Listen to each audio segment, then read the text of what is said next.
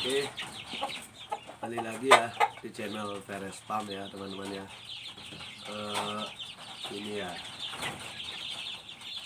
saya lama ini nggak posting video ya. Untuk pembahasan kali ini ya tentunya masih seputar ayam ya. Ayam di sini ayam joper, ayam KUB dan yang lainnya ya, yang tentunya ayam kampung.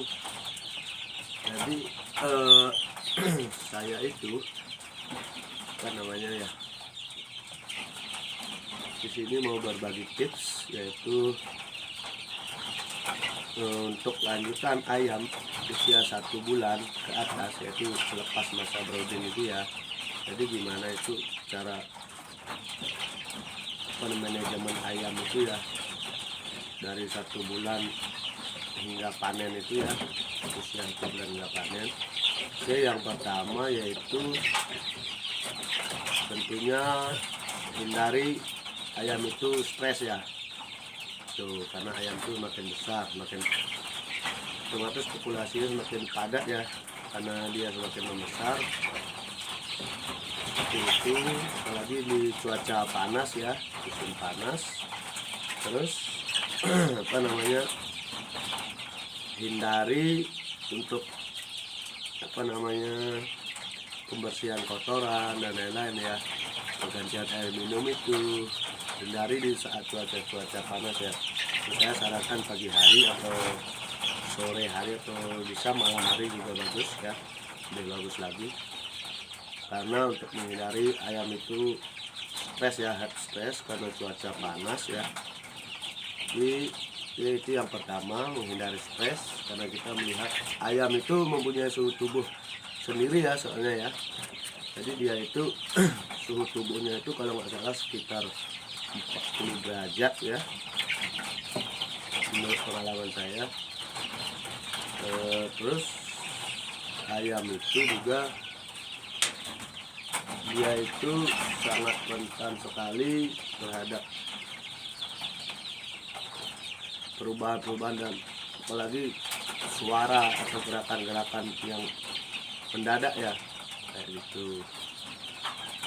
Nah, lalu cara antisipasinya ya mungkin dari kitanya ya, manajemen waktu kita untuk masuk ke kandang dan lain-lain ya, apalagi orang baru ya kan, seperti itu. Terus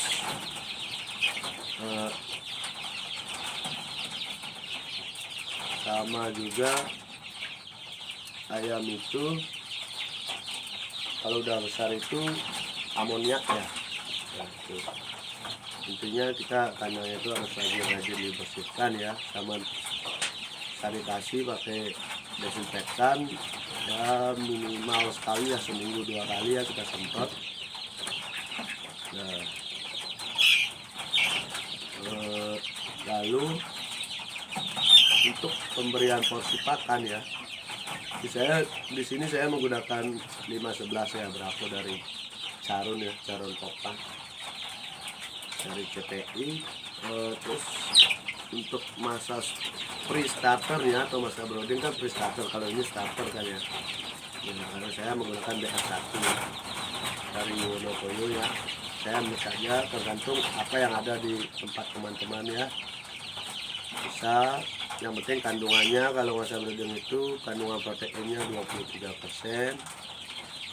Dan kalau untuk pembesaran sampai panen ini ya 21% lah ya, masih bisa, kecuali untuk indukan, calon-calon indukan kan mungkin saja disortir ya, dipisah. Untuk dibesarkan itu mungkin beda lagi ya. Terus saya menggunakan 592 ya dari carun popang, yaitu untuk keperluan tulang ya, untuk tulangnya. Terus gini, ada yang nanya ke saya itu tentang aplikasi obatnya ya. Nah, di sini saya lepas dari 1 bulan, maka saya vitamin itu nggak terlalu sering ya, mungkin bisa 5 hari sekali ya, sama antibiotik juga ya 5 hari sekali. Habis itu air putih biasa saja ya, karena ayamnya udah besar. Menurut saya ayamnya udah kuat juga ya, ada cuaca karena udah vaksin juga kan ya. Terus udah antibiotik, antibody dan lain-lain ya. Jadi kita fokus ke bobotnya saja ya. Usahakan kalau untuk pemberian pakan lebih banyak porsi di malam hari ya daripada siang hari. Itu karena ayam itu lebih banyak makan di malam hari karena cuacanya dingin ya, jadi dia lapar terus dia makan. Itu teman-teman ya. Jadi menurut saya untuk teman-teman ya manapun berada yang mau atau sedang akan mencoba ternak ayam, khususnya di sini Joper ya, kalau bisa KUB, saya juga akan mendatangkan bibit KUB juga ya, karena saya juga di sini masih tahap belajar juga. Tapi saya dulu ada pengalaman 3 tahun itu ternak ayam aduan ya, kalau di sini ayam impor Filipina itu kurang lebih hampir sama perawatannya. Terus ayam broiler juga saya sempat ya selama 7 bulan kandang close itu ya, kebetulan saya sebagai operatornya untuk setting suhu, campuran obat dan lain-lain ya, dan manajemen kandang. Jadi saya punyalah dasar untuk pelihara ayam ini gitu. Saya lokasinya ini di Bali ya, di Kota Singaraja kebetulan. Oke, untuk teman-teman ya yang ingin belajar bersama, silakan saja sini kita sharing-sharing. Kemudian ada juga yang bertanya tentang apa namanya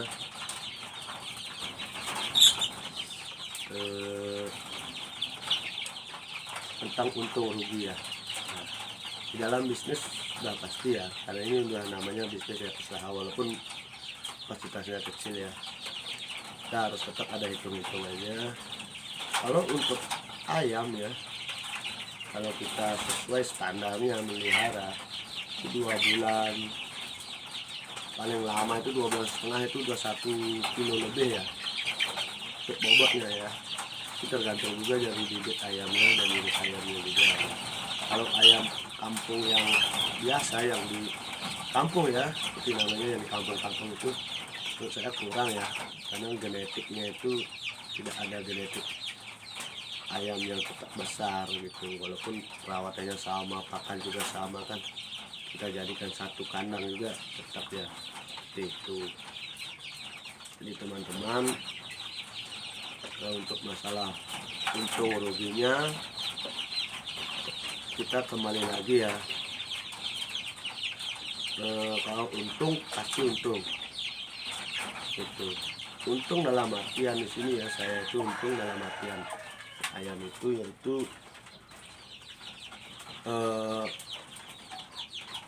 biaya pembelian bibit balik, listrik, obat, dan pakan. Ada selisih mungkin untuk per 100 ekor itu sekitar 400 sampai 500 ribu selisih ya. Jadi itulah untungnya. Kalau kita melihat profit, itu bukan ya bisa dikatakan itu sebuah profit ya, ya. Cuman ya kalau melihat waktunya 2 bulan atau 2 bulan sekali kita cuma mendapat 500 ribu ya, kita kepikirnya itu tidak masuk di hitungan ya kalau skala bisnis ya. Kalau untuk dalam bisnis itu enggak. Nah, kita capeknya juga kan, ngambil pakan, beli pakan kan, beli bibit kan, ada tenaga kita juga bersihkan kotoran dan lain-lain ya. Tapi kalau saya di sini kebetulan untuk sampingan ya, ini menurut saya sangat worth it ya. Jadi sangat bisalah menambah-nambah pembelian beras ya kan, untuk makan kita gitu. Samping kita punya kerjaan, ini buat sampingan juga. Kalau misalnya lancar-lancar kita nambah lagi ya, kita tinggal selisih sedikit saja kok, kita carikan aja. Kalau 200 ya 1 juta kayak gitulah kurang lebihnya. Kalau kapasitasnya 300 ya 1,5. Kalau kapasitas 500 ya sangat bagus sekali gitu ya untuk hasilnya. Untuk teman-teman yang mau belajar ya, saya tekankan di sini silakan. Saya juga ada nomor WA saya juga ya di Facebook saya. Lalu terus untuk cuaca ya ini. Nah ini cuaca seperti sekarang nih mendung kan. Dan di sini mendung, hujan, sore hari hujan. Kadang nggak begitu kan, cuacanya labil ya, nggak menentu ya. Bagaimana cara mengatasinya? Yang pertama, saat pertama kali turun hujan ya, yaitu bibit atau benih-benih nyamuk itu pasti hidup. Itu akan naik di permukaan tanah, nyamuk itu akan banyak sekali ya. Apalagi di kandang itu ada air kan ya, air untuk minum ayam, maka dia akan nyari airnya dan otomatis ayam itu kalau kena gigit nyamuk maka dia akan bentol-bentol itu ya di mukanya, kayak gitu, kayak urat kayak gitulah kurang lebih. Itu disebabkan oleh nyamuk, gigitan nyamuk ya. Jadi cara antisipasinya ya melakukan pengasapan ya. Kalau di sini itu namanya pengasapan, yaitu ya kita bakar apa gitu ya, bakar kulit kelapa atau kayu kayak gitu ya. Yang kapan kita lakukan pengasapan ya kayak begini itu tiap sore ya, sebut menjelang malam itu kan nyamuk munculnya itu. Kita nyalakan api aja udah sambil pakan ayam. Jadi ya menurut saya itu kan antisipasi yang sangat bagus ya. Dan juga jangan lupa juga pemberian hijau-hijauan ya. Saya lebih merekomendasikan daun pepaya ya, lebih bagus. Satu itu juga menghindari nyamuk itu berkembang biak ya di dalam air minum ayam itu kan pakai juga itu. Itu saja sih, kita pakai cara, kita menggabungkan cara tradisional melalui peternakan ini, tapi dimix ya, dicampur dengan cara-cara modern seperti sekarang gitu. Misalnya kayak obat-obatan dan lain-lainnya tetap kita pakai herbal. Cuma saya campurkan di pakan ya. Lalu obat vitamin yang dari pabrikan dari PT itu kita di air minumnya kayak gitu ya teman-teman ya. Jadi kita kolaborasi lah antara obat herbal dan lain-lain ya. Kira-kira teman-teman ya. Oke, semoga sukses selalu. Salam dari peternak rumahan. Jangan lupa like dan subscribe-nya ya teman-teman. Sampai jumpa. Terima kasih.